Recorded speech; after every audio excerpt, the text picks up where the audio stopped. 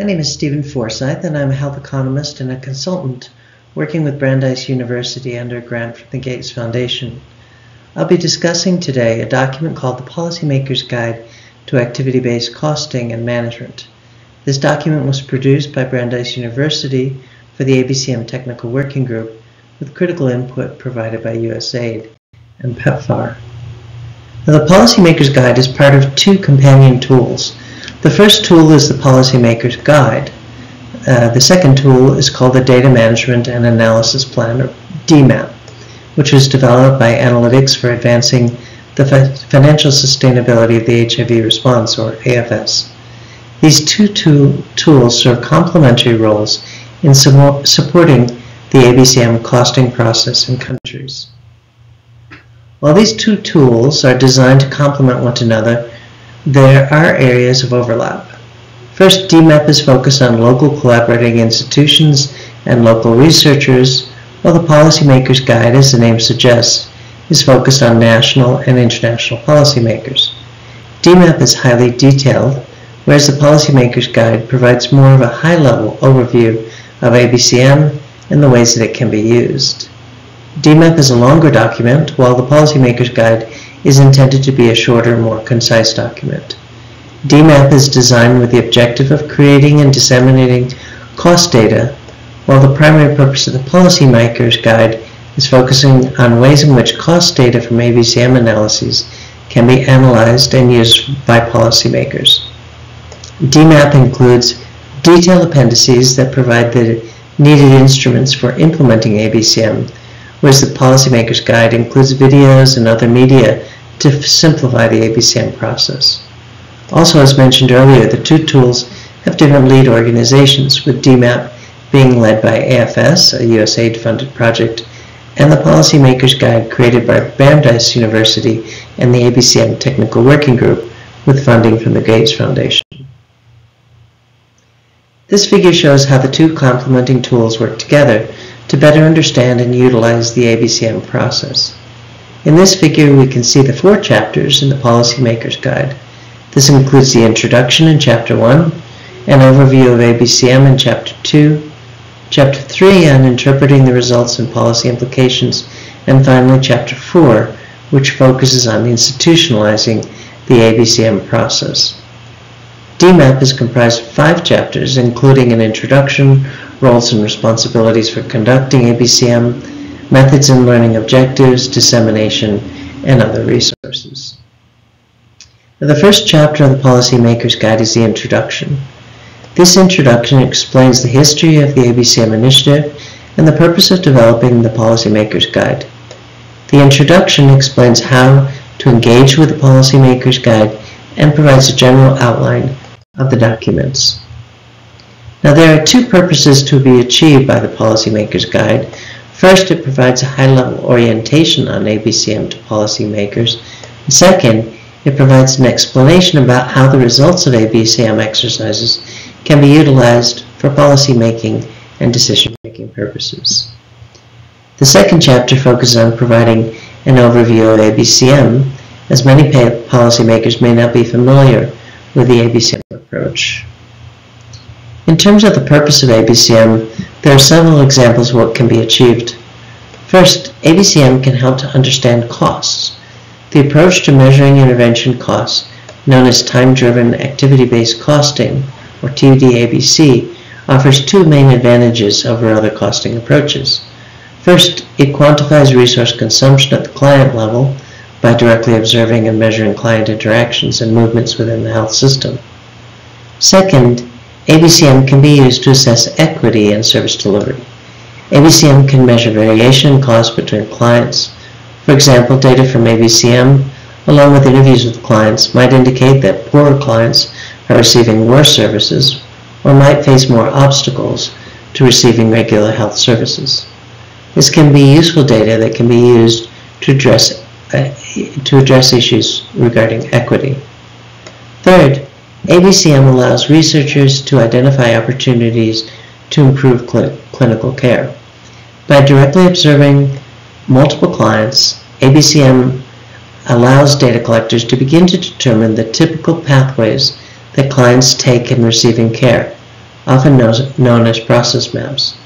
These process maps provide useful summary information, including where clients go, who they see, how long they spend on different steps, and what resources are being allocated, such as equipment, medicines, and laboratories. Ultimately, clinicians can leverage this information to determine whether the delivery of services is aligned with best practices. If current care services fail to meet expected protocols, policymakers can then design initiatives to improve the quality of the services. Finally, ABCM allows governments and global institutions to align and optimize investments. ABCM helps ensure that these conversations between governments and global institutions are built on a sturdy empirical costing foundation, particularly when the cost data are combined with epidemiologic information and measures of system performance to assess efficiencies and cost effectiveness of service delivery. ABCM not only allows policymakers to understand how resources are being spent, but also allows for improvements in the allocation of resources to achieve lower total costs and improved health outcomes. In Chapter 2, there's a discussion of several terms that are essential to understand as part of the ABCM process. The first term, as mentioned before, is Time-Driven Activity-Based Costing, or TDABC. TDABC is the process of gathering cost data by directly observing clients as they move through a healthcare visit. Data collectors then identify the resources used, including personnel, physical space, equipment, consumables, etc. The next term is Capacity Cost Rate, or CCR. For example, if a nurse has an income of $20,000 per year, and over that year the nurse has 100,000 minutes available to provide client-related services, the nurse's CCR would be $20,000 divided by 100,000 minutes, or 20 cents per minute. Thus, if the nurse spends 5 minutes measuring client vital signs, the allocated cost for the nurse would be 20 cents per minute times 5 minutes, or $1. The next term we will use is process maps. Process maps are visual representations of the steps taken in providing a health intervention. The maps incorporate information on where clients receive services, which providers they interact with, for how long, and what consumables are expended. They also incorporate decision nodes or branches to indicate alternative pathways that may occur. And the next slide will provide an example of a process map. Finally, we need to define above-site costs. This refers to costs that are incurred at a level higher than direct implementation sites of a program or project. These costs often are necessary to ensure effective program implementation, monitoring, and coordination. Examples include management and administration, training, mentoring, technical assistance, logistics, and supply chain management and capacity building. This figure illustrates a process map. Each square represents a step in the process of receiving a service, starting from when the client arrives all the way to the point where the client leaves. In this illustration, the color of the square represents the person performing the function. Thus, in this example, activity A, which might be clinical counseling, is performed by provider 3, who may be a nurse. The small circles below each figure represent the time that typically should be spent on a step, highlighted in yellow, and the time actually spent in providing a service, shown in gray. The difference in these numbers may indicate that a service provider is either providing a disproportionately long time delivering typical services, or alternatively that they are not spending enough time on the delivery of service.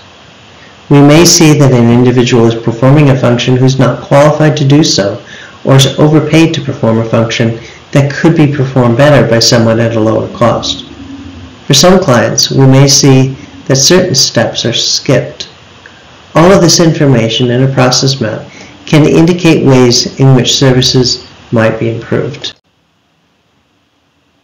In Chapter 2, we also discussed the conceptual framework for an ABCM study. It's important to recognize that the framework will differ from one country to the next, and there's no generic approach to ABCM that can be applied for all countries.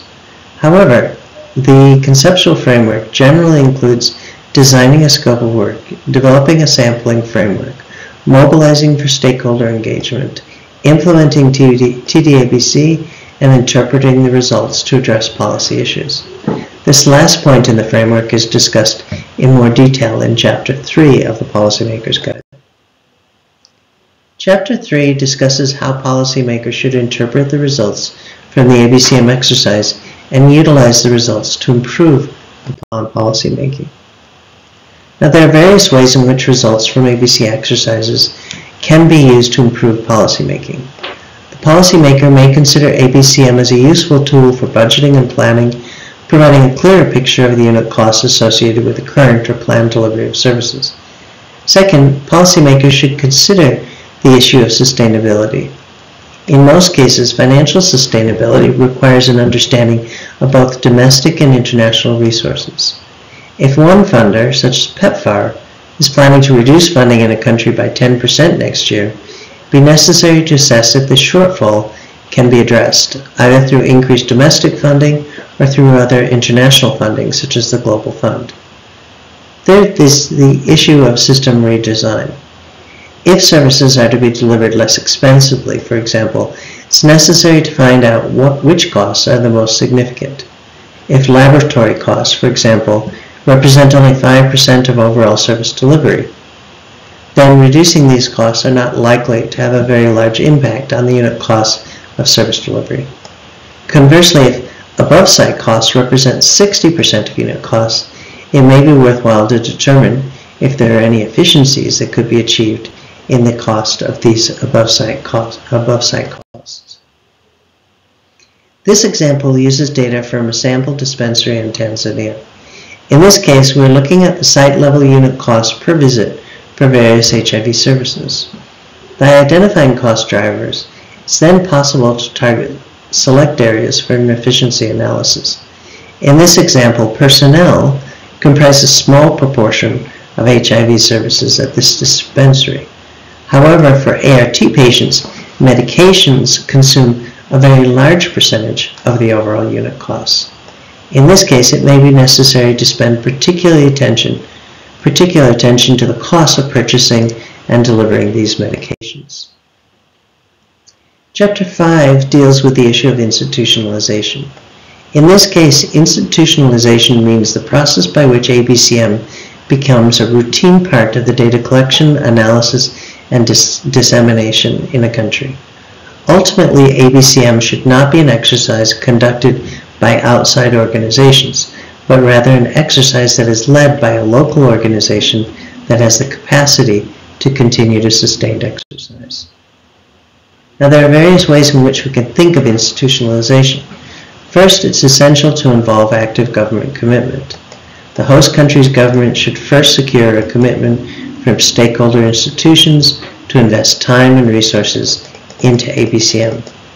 Second, policymakers should seek to integrate ABCM within existing health information systems to ensure a seamless flow of data collected on a regular basis. Ideally, ABCM would be housed within an agency that benefits from information sharing between ABCM and other decision support tools, such as national health accounts. Third, policymakers need to assure there are investments in data management. This includes establishing robust data collection and management systems to routinize ABCM. This also includes standardized data gathering tools and training curriculum, an architecture for storing and analyzing ABCM data, and mechanisms for ongoing feedback to strengthen data quality over time, with particular attention to data accuracy and reliability. The fourth necessity for institutionalization is ensuring that the local collaborating institution, LCI, receives the necessary capacity building so that they can carry on the ABCM process separately from external organizations. LCIs have been employed in all countries where ABCM has been conducted so far, collecting and analyzing the ABCM data. The LCI will also independently lead, with the necessary financial investment, future ABCM processes for countries themselves. The final component involves ensuring data are used for developing budgets and allocation resources. To ensure data collected through ABCM processes are effectively utilized, data could be integrated into routine processes for developing budgets, both at institutional and government levels. ABCM information could aid decision makers in their efforts to prioritize investments that improve quality of care, efficiency, and equity. Additionally, establishing regularly scheduled meetings to review budgets and to assure they are aligned with ABCM findings would be critical for ensuring there is alignment. These meetings might be scheduled prior to national budget cycles, or alternatively, they might be scheduled to coincide with global fund applications or PEPFAR country operational plans. Finally, in terms of next steps, policymakers should review the Policymakers Guide. Next, they should familiarize themselves with data that can be produced by ABCM.